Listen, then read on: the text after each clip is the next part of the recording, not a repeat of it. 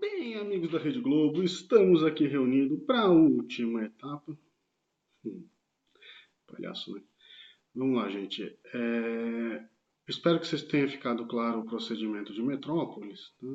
Agora eu vou colocar algumas coisas de como que são medidas, né, e como que são anotadas essas informações numa simulação. Tá? A primeira coisa é a contagem do tempo propriamente dita. Tá? Como que a gente mede o tempo? Primeira coisa que é importante a gente ter noção, esse tempo não é um tempo de relógio, tá? Não é um tempo que a gente possa ter um análogo com o nosso tempo em horas, em dias. Tá? Esse tempo está relacionado, na verdade, com quantas tentativas ou quantas novas configurações você gerou. Tá? A unidade desse tempo, que a gente chama, é de Monte Carlo, em inglês, step. Tá? Então, passos de Monte Carlo. Monte Carlo é o tipo de simulação que a gente está fazendo e o nome Monte Carlo surgiu lá dos cassinos mesmo, tá? Porque como tem aquele gerar um número aleatório entre 0 e 1, é um sorteio aleatório. Tá? Por isso que a gente chama aí de métodos de Monte Carlo, tá? Porque foi baseado mesmo nos cassinos. E o que é um MCS, ou seja, um passo de Monte Carlo, Monte Carlo Step? Ele corresponde a N tentativas de mudança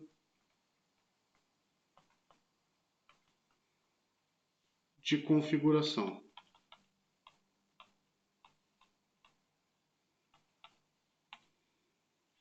Então, para quem já começou a olhar lá o guia, ele diz assim, faça 1000 passos de Monte Carlo, 1000 MCS. O que significa isso? Significa que eu vou tentar 1000 vezes mudar a configuração N vezes, tá? Onde N é o número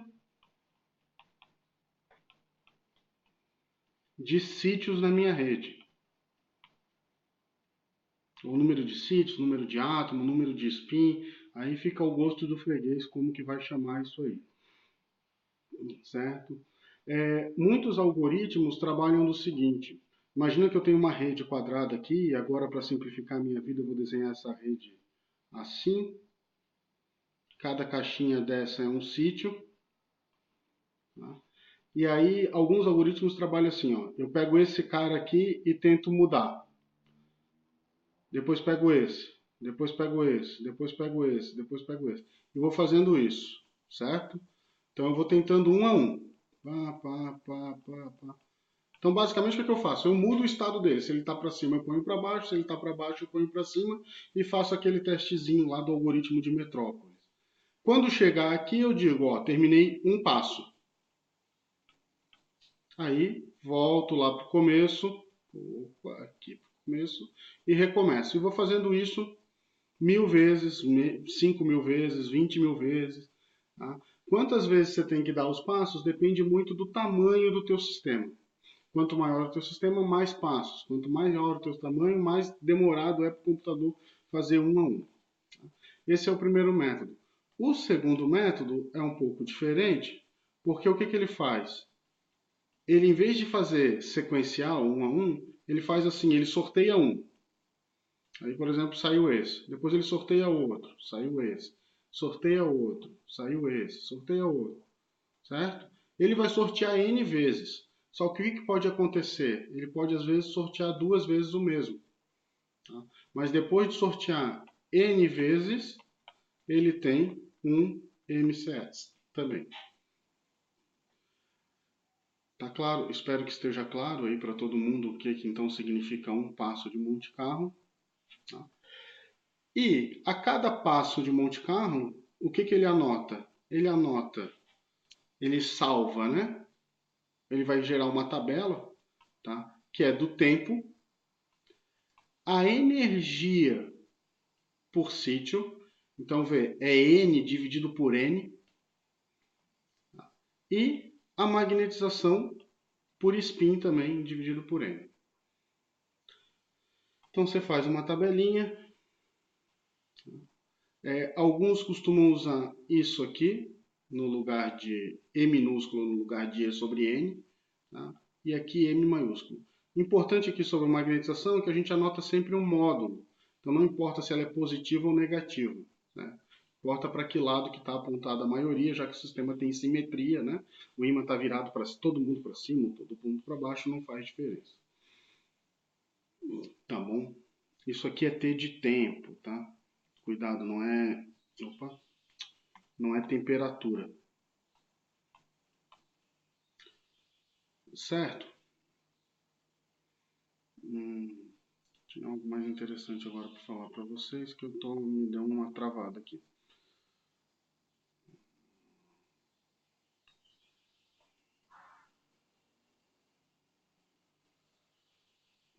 Ah, sim. Sobre esses dois métodos aqui, ó, não importa qual, tá? Eles dão exatamente, aproximadamente o mesmo resultado. Tá? Então agora eu vou falar um pouquinho da dinâmica do sistema. Tá? Então, ou seja, como que a energia se comporta com o tempo, primeiro com o tempo, então, vai.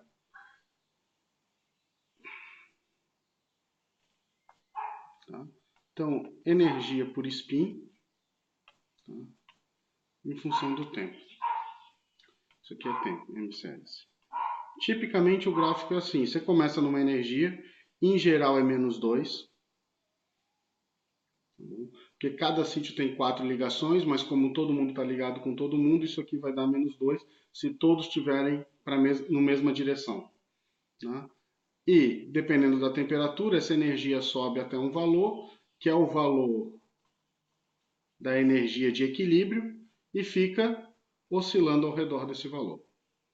Tá bom? Então, eu costumo jogar fora isso aqui para calcular médias, porque isso aqui é o que a gente falou, é termalização. Isso aqui ele não está no equilíbrio ainda, ele está indo para o equilíbrio. E isso aqui eu utilizo para fazer as minhas médias, essa região verde aqui.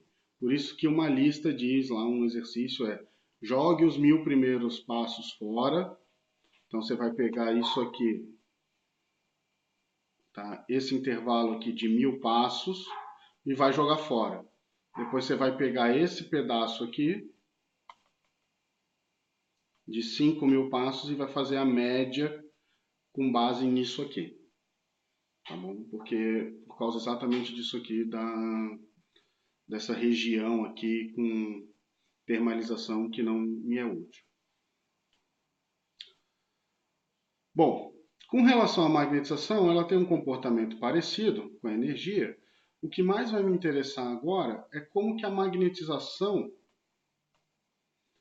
varia com a temperatura. Tá bom? Então eu vou ter magnetização em função da temperatura. Eu vou agora escrever explicitamente para a gente não confundir. Tá? E basicamente é o seguinte, se eu começo com todo mundo na mesma direção, alinhado para cima, tá? Eu começo em magnetização 1. Se a temperatura é 0, o sistema está congelado. Se ele está congelado, ele não muda, a magnetização continua com 1. Certo? Conforme eu vou aumentando a temperatura, eu vou dando energia para o sistema para que todos aqueles caras que estavam alinhados comece a aparecer algum cara rebelde que tipo assim, eu não quero ficar aqui com a galera, eu quero flipar, que a gente chama, né?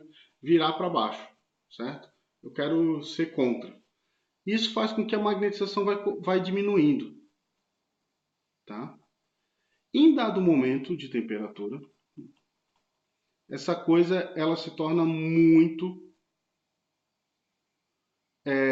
pronunciada, certo? E a partir de um determinado valor de temperatura, a magnetização anula. Essa temperatura aqui é o que a gente vai chamar, tá? Na verdade não é essa aqui onde chegou a 0, mas entre essas duas faixas aqui existe uma temperatura que é a temperatura crítica. Tá? O que significa a temperatura crítica? É a temperatura no qual o material que era ferromagnético, né, ele tinha uma magnetização espontânea, tá, se torna paramagnético. Então ele deixa de ter magnetização. Se eu vier aqui colocar um campo, a tendência é que ele alinhe com esse campo. Tá bom?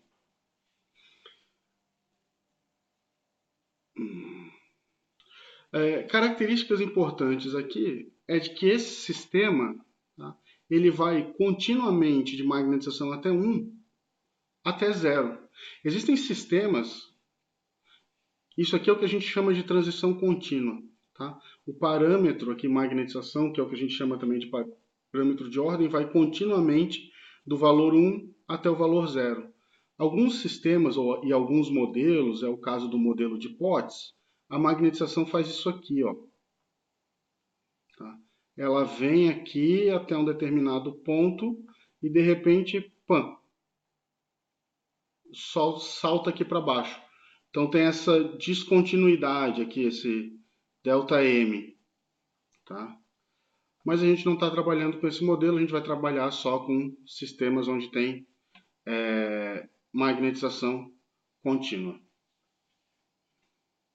Tá? E eu tinha comentado no vídeo anterior sobre duas grandezas, né, que são importantes do nosso interesse, que é calor específico, tá,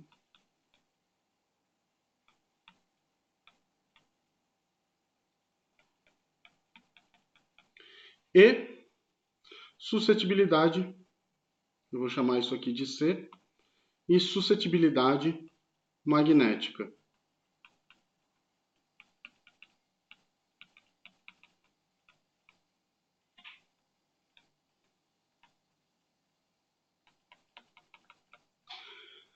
E como que esses caras são medidos, tá? Tanto suscetibilidade magnética quanto o calor específico, eles são medidas com base na flutuação da energia. Eu não vou mostrar isso aqui para vocês, tá? Eu coloquei no Moodle lá um capítulo sobre o modelo de Ising, um livro só que está em inglês, para quem quiser se aventurar, tá? E ele faz demonstração de como que você chega nesse resultado, mas o calor específico é beta. Lembra do beta? 1 sobre kT, N é o número de sítios, vezes esse cara aqui. Ó. A gente já viu isso como desvio padrão.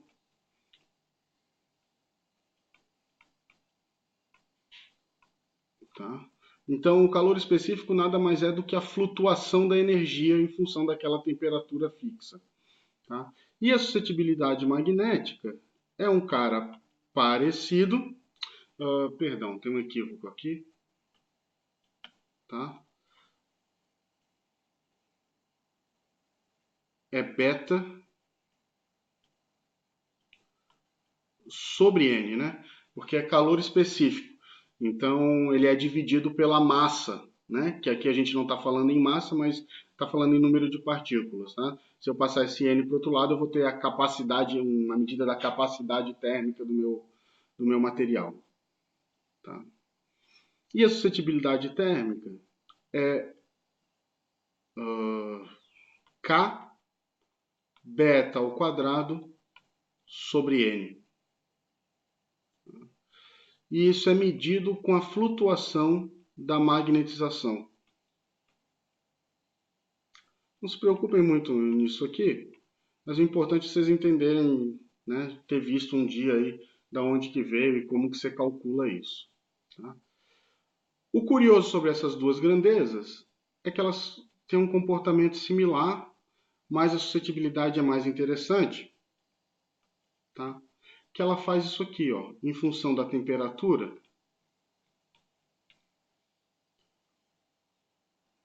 ela faz assim, ó,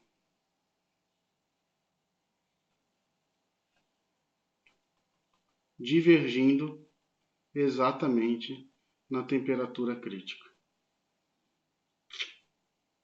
Tá? Então, determinar a temperatura crítica do sistema, você pode olhar pelo pico da suscetibilidade magnética. Enquanto lá na magnetização, se eu olhar aqui, é uma faixa, né? Em que ponto dessa faixa aqui entre I de 1 a 0 que ocorre a temperatura crítica? Tem métodos para isso, são um pouquinho mais avançados, chamado cumulante de Binder e tal, mas na suscetibilidade é batata, tá? Você faz isso aqui, faz o gráfico e você vê lá o pico onde vai dar a temperatura crítica, tá bom? Então, o que eu quero que vocês façam aí no trabalho de vocês? É levantar essas curvas de calor específico, suscetibilidade, energia e magnetização, tá bom? E depois avaliar, e aí eu vou deixar aberto, que eu quero ver como é que vocês exploram isso, tá? A influência do campo magnético. Uma coisa importante, tá? É que aparece ali no texto e na simulação a palavra L, tá? L é o que a gente chama de dimensão linear. O que isso quer dizer? Bom, a minha rede é quadrada, tá? Na simulação aí. Então, eu vou ter assim, por exemplo, pega esse caso aqui.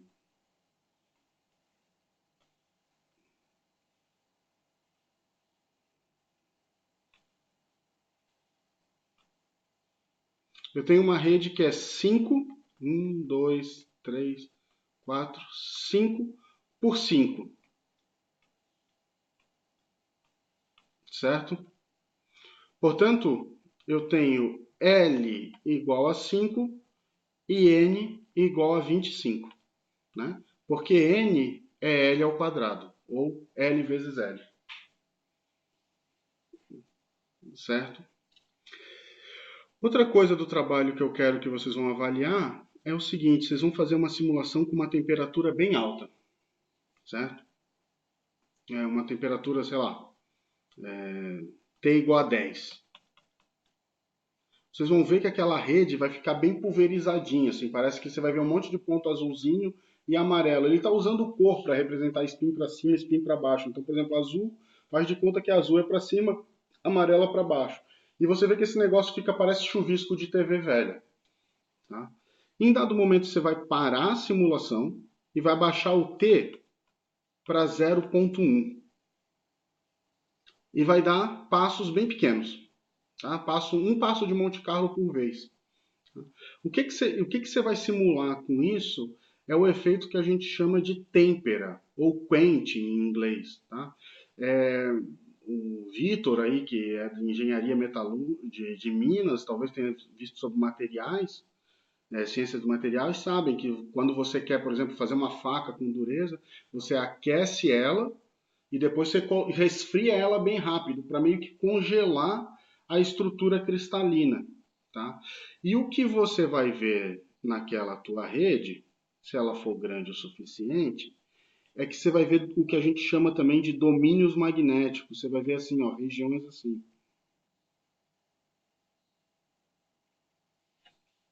Tá? Deixa eu. Não, esse aqui é azul, por exemplo. Esse aqui é azul. Esse cara azul. E um outro cara aqui com uma outra corzinha, no caso seria amarelo, tá? Uma faixa amarelada. Se vocês forem na internet, deixa eu fazer essa busca aqui com vocês, só para vocês terem uma ideia, tá? Só para a gente.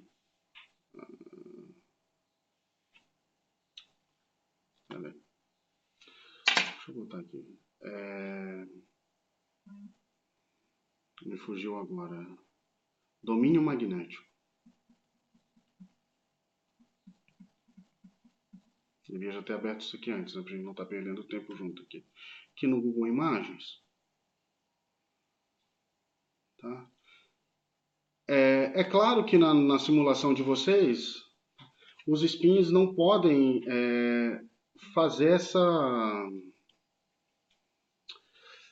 para todos os lados, só se fosse no modelo de Heisberg, né? No modelo de Ising é só para cima ou para baixo, mas ele vai formar estruturas parecidas com essa aqui, ó.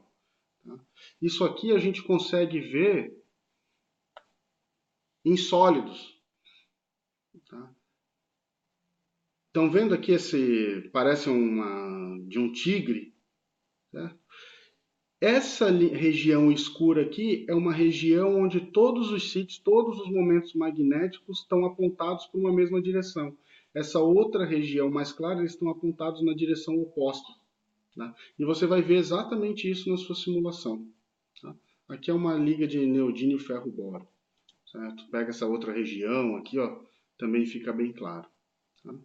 Então eu vou pedir para vocês explorarem aquela lista, tendo alguma dúvida, vocês me mandem um e-mail, não se preocupa com o horário, eu posso demorar um pouquinho, tá?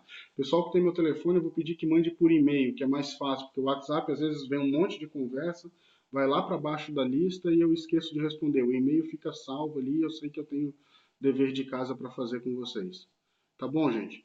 Então, boa lista aí e qualquer coisa eu estou à disposição.